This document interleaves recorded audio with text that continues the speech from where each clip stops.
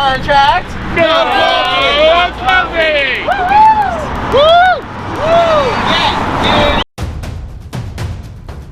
Hello, my name is Stanley Heller. Welcome to the Struggle Video News.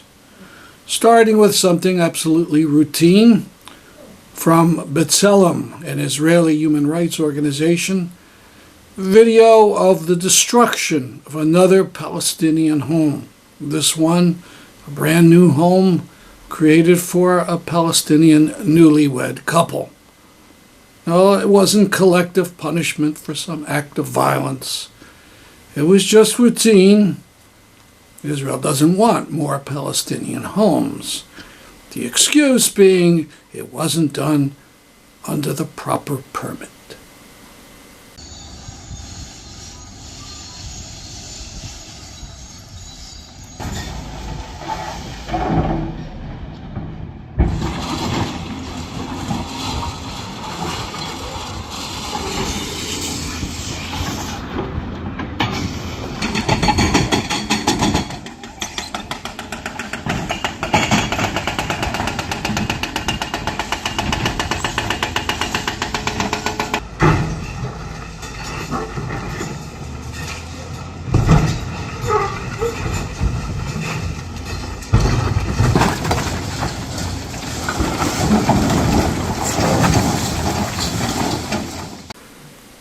Elon Musk versus the ADL.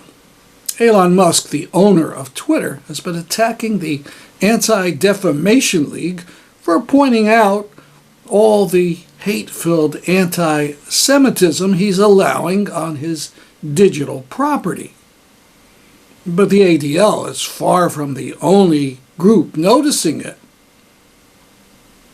This article on Raw Story mentioned that objections to a feed with the name Gas the Jews 6969 was overruled on September 6th.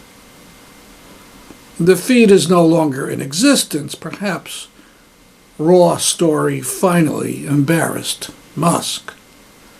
The Raw Story article quotes a tech analyst named John Gruber, who says that the Twitter platform has a, quote, big blinking welcome Nazis neon sign. Anti-Semitism is more than just a form of bigotry and hatred. It's a millennia-old conspiratorial crackpot worldview, and Elon Musk is seemingly sinking into it. Those were the words of John Gruber.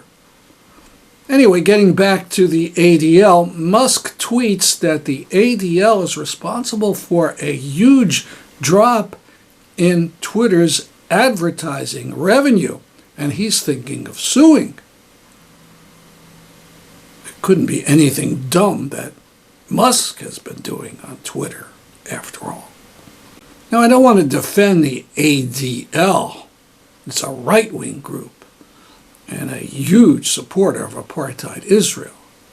The best response to the controversy has come from Jewish Voice for Peace. On its feed, JVP Live, they say, yes, Elon Musk is a racist, anti-Semitic defender of white supremacy who is attacking the ADL because they're a Jewish group. And, yes, the ADL is a racist, anti-Palestinian organizations with a well-documented history of collusion with cops and attacking progressives. Recently, Haaretz writer Gideon Levy warned Ukraine that Israel is no friend. He wrote, "The Jewish high holidays are upon us, and thousands of religious Israelis want to travel to Uman, a city in central Ukraine that is the yearly site of a pilgrimage.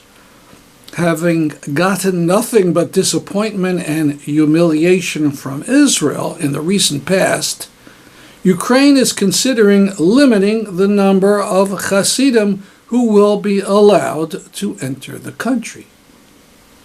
Levy recommends Ukraine play hardball. On another issue in Haaretz, the newspaper noted that Russia's Putin had made a speech about Ukraine largely regarded as anti-Semitic.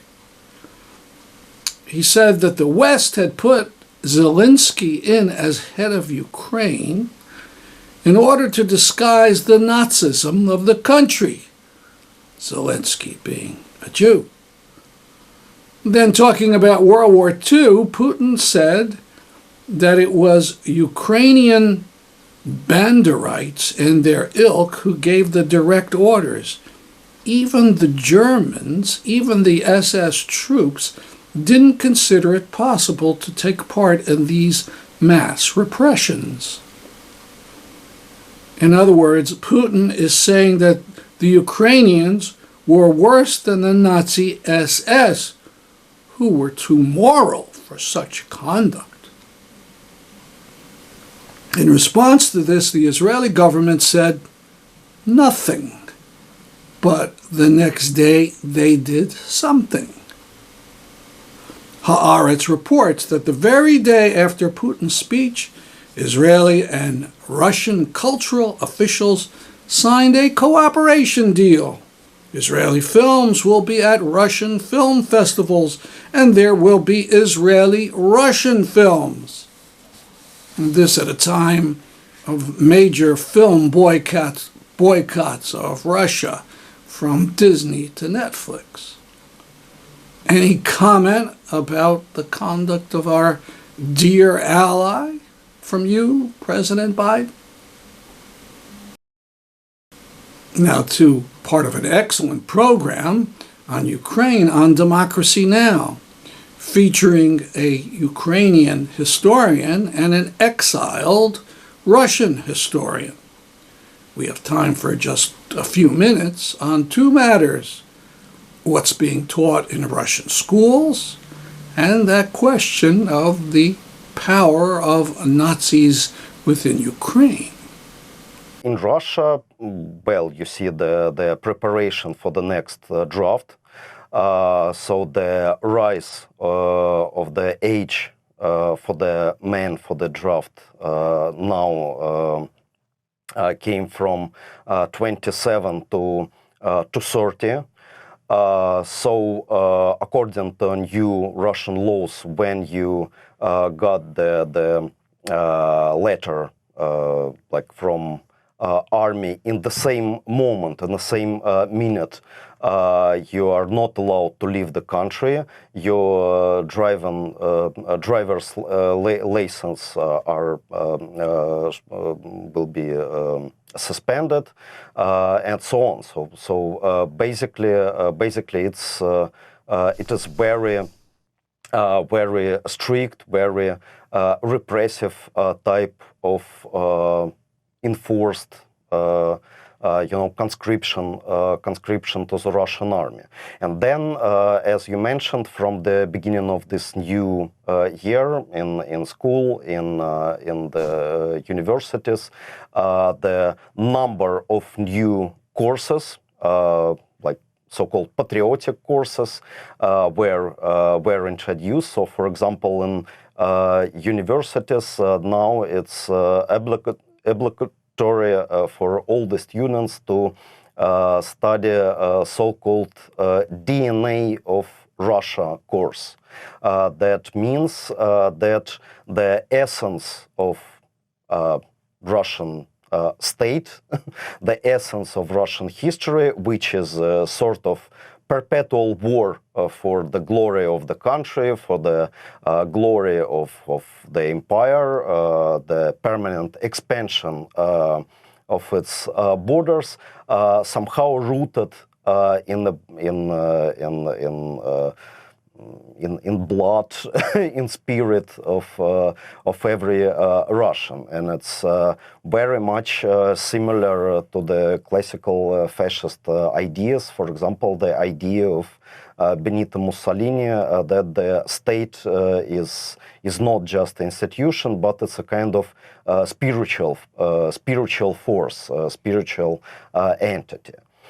So all that is definitely very scary, and all of that mark the the ongoing preparation for the long-term war from the side of Russia. I wanted to ask Hanna Perechoda, you are a Ukrainian historian, you're a socialist, about the concerns of people who say neo-Nazis in Ukraine are being strengthened by U.S. support or the West support for the war. We had on Ukrainian-American journalist Lev Golenkin, who said Azov is a hub for neo-Nazis to come to Ukraine from the United States and other places in the West to learn to fight, much like Islamists in different parts of the Middle East recruited Islamic fighters. Your response to this? Well, there is a lot of things to say. First of all, about this mythology around the fact that around this idea promoted by Russia that Ukraine is somehow has a large right-wing groups who are numerous and exercising a large influence on the Ukrainian politics. I would like to stress that even after the 5 years of the war in Donbass, after the Crimean annexation, during the parliamentary elections in Ukraine in 2019, the coalition of extreme right, of right-wing forces, only had 2% of votes and didn't manage to go to the parliament. So basically, Ukrainian parliament, you wouldn't find right-wing parties represented. They were represented before 2014, but now this is not the case. And also after all these years of war, Ukrainians, which are supposed to be, like Putin says, right-wingers or even he called them fascists, they elected a Jewish Russian-speaking president who was openly opposed to the ethno-nationalist agenda. So right-wing forces in Ukraine, they do exist because, as I said earlier, Ukraine is a complex society, not a homogenic one, and it exists like in the other European countries. However, the extreme right-wing forces didn't manage to become a legitimate political subject on the in the institutional politics. However, yes, they are present in the army, but their presence is now kind of diminished because, well, Ukraine has 1 million of soldiers now who are defending the territory of Ukraine, and 99% of these people are ordinary Ukrainians, not belonging to any political party, political force. So it's kind of strange to think that Ukraine is infiltrated, the Ukrainian army is infiltrated by the Nazis and the right-wingers. And you have also, well, at the same time, you have these Azov battalions, but they were under Zelensky losing their influence inside of the Ukrainian army. So I don't want to say that the problem of the right-wing ideas of the right-wing organization isn't existent in Ukraine. Of course, it's existent. We as progressivist forces, left-wing forces in Ukraine are like facing this problem, you know, in a very concrete way, in a very personal way. But also, I think it could be an irresponsible thing to concentrate on the presence of right-wing organizations in Ukraine and to forget that the extreme right in Russia is actually in power and is currently waging a war of aggression, a war that is justified by the kind of discourse that could be called in incitation to genocide, though the things are kind of, you know, very serious. And it's kind of a pity that there is this disproportional perception of the right-wing threat in Ukraine and Russia. For the last few weeks, we've been talking about the upcoming climate march in New York City on Sunday, September 17th. It's posted to start at 1 p.m. on Broadway, around 56th Street. This is a banner being produced by Promoting Enduring Peace for the march. to highlight a little known but very important contributor of greenhouse gases, animal agriculture. Let's turn out on September 17th in the tens of thousands. This week there was a very unusual and gutsy event in Danbury, Connecticut, a one-day strike at workers at a Starbucks in support of a worker at another Starbucks in New Jersey. No contract. No coffee! No contract. No coffee! No contract. No coffee! No contract. No coffee! No contract. No coffee! No contract. No coffee! No contract. No coffee! No contract. No coffee! No contract. No coffee! No contract. I am a partner of Starbucks for almost 7 years and a volunteer organizer with the LDFS Joint Board that oversees the Starbucks unions in Connecticut and New Jersey. And today in Danbury we are on a solidarity strike with the New Jersey partners over, there was a fired organizer, Celeste Cruz from Montclair, New Jersey, and we filed an unfair labor practice with the NLRB saying that Starbucks needs to reinstate Celeste and stop union busting. And this word partners, I think people might be unfamiliar. Yeah, Starbucks calls all of their workers partners. They don't treat us like partners, but that's what they call us. I understand. And so this is a one-day strike? This is a one-day strike, so the partners here in Danbury and those in New Jersey will be on strike from open to close today, and will resume tomorrow as normal. No contract. No coffee. Woo! Woo! Yeah, BK, two strikes. BK, two strikes.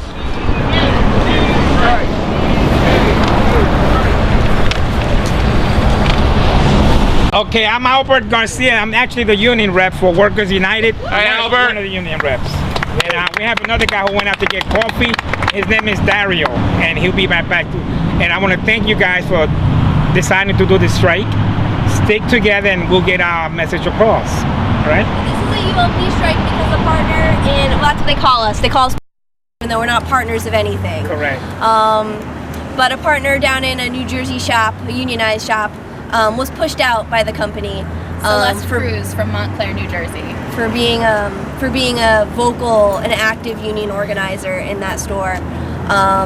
And so they reached out to us and they organized a regional, this is a regional strike. So there are stores in New Jersey as well who are striking today, and we're joining them in solidarity to say that that's not okay and to preempt it from like happening here, because it could happen here.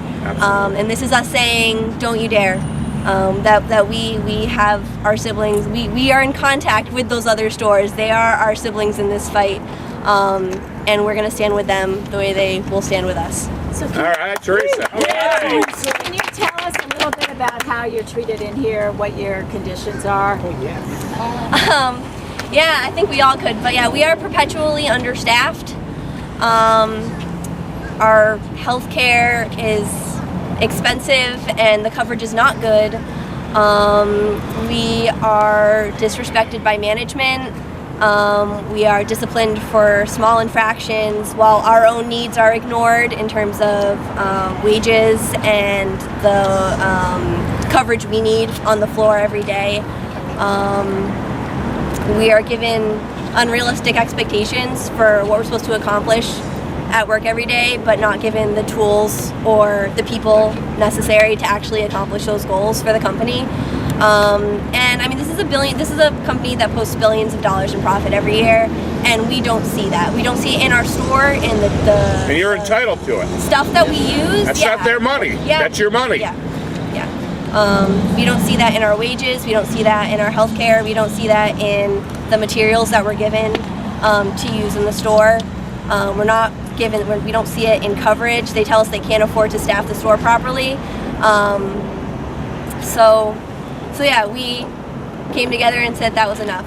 We were tired of it, and by ourselves we don't get a say and we don't have any power. Together we do so.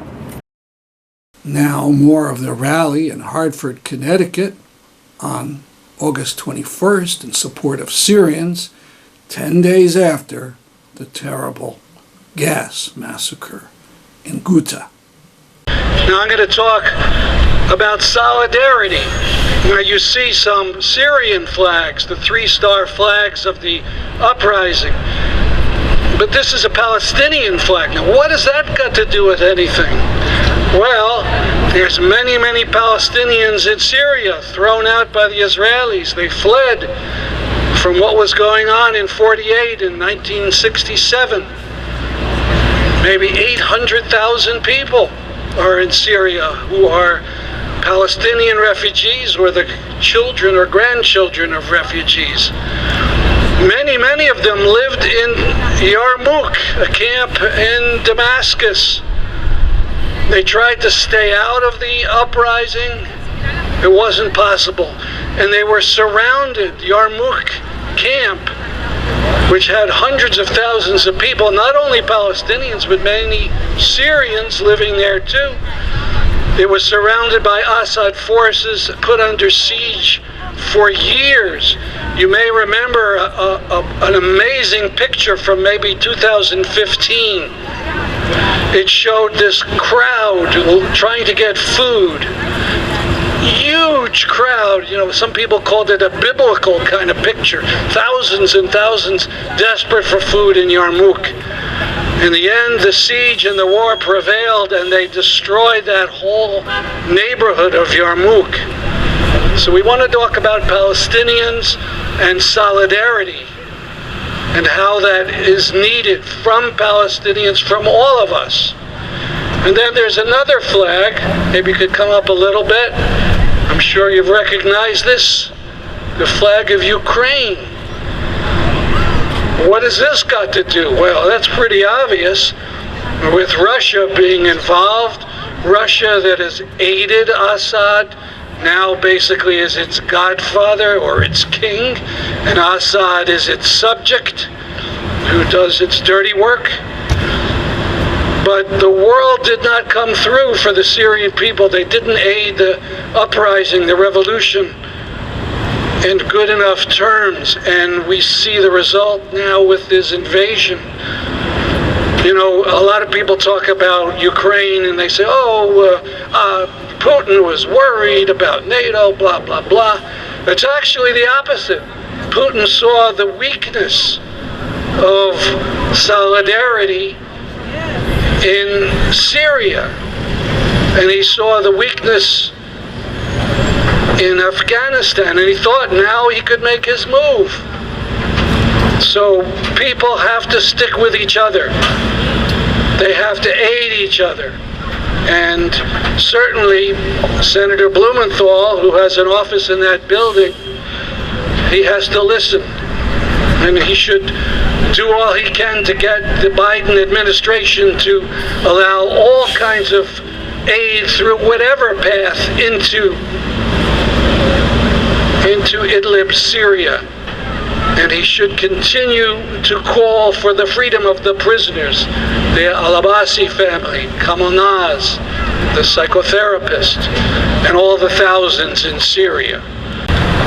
Last but not least, we will hear from our own Ghufran Lebabidi, who's American Syrian. She's the president of Tree of Life Educational Fund, and she will be talking about the struggle of the Syrian refugees in Europe. Assalamu alaikum, peace be upon you all. My name is Ghufran Lebabidi. I'm a Syrian immigrant. I'm totally unprepared, so I'm gonna speak from the heart. I would like to shed some light about what's going on outside of Syria. There's a lot of struggle inside Syria, but also the struggle went way behind Syria. Myself, I used to go to Syria every year to have my children go and visit and learn and meet the family and learn Arabic, but not anymore since we stand next to the revolution in 2011 until today. We have lost. Every Syrian here who stood with the revolution has lost the right to enter Syria. So we start to go all around the world in order to see our family. So my experience, just a week ago, I came back from Europe. I had to start, with Turkey. I dragged my family, 7 people, just to go to Turkey and see the struggle. We saw our family, but also we saw the struggle. We saw the pain of every Syrian who has been living in Turkey. Yes, they are living in better situation than the Syrian in Idlib or under the regime side, but at the same time there is pain in every person we can look at their face. Every home you enter of those Syrians, you see a picture of a loved one who has gone in Syria, and they will never be allowed to enter Syria again to visit not the live people but the graves. Then we had to continue our journey to Sweden, and I couldn't believe the number. It's a huge number, scary number, that in Sweden so many families with multiple children, all those children that they have to live their life in a different country, out of their culture and their family, and especially the mother language where they can contact one day in the future with their own families. It's a huge problem that Syrian people are facing, especially the upcoming generation. I looked at Sweden. They have put the families far from each other just to fill that empty land. Unfortunately, each brother, each sister, each cousin has been thrown away in a different direction, 3 hours, 5 hours, 7 hours away from each other. And they have to live in that country because they have no right to enter Syria anymore. Then I had to take another journey to Denmark to see another part of the family and another part of the struggling people in Europe. So I call on every human, I call on every person here. We should stay human, and we should stand with the Syrian people here as refugees all around the world. We should feel the pain, and we should do anything that can help them. We should stand against the Assad regime and keep calling on him to step down to allow the Syrian people to go back to their country one day. Free Syria.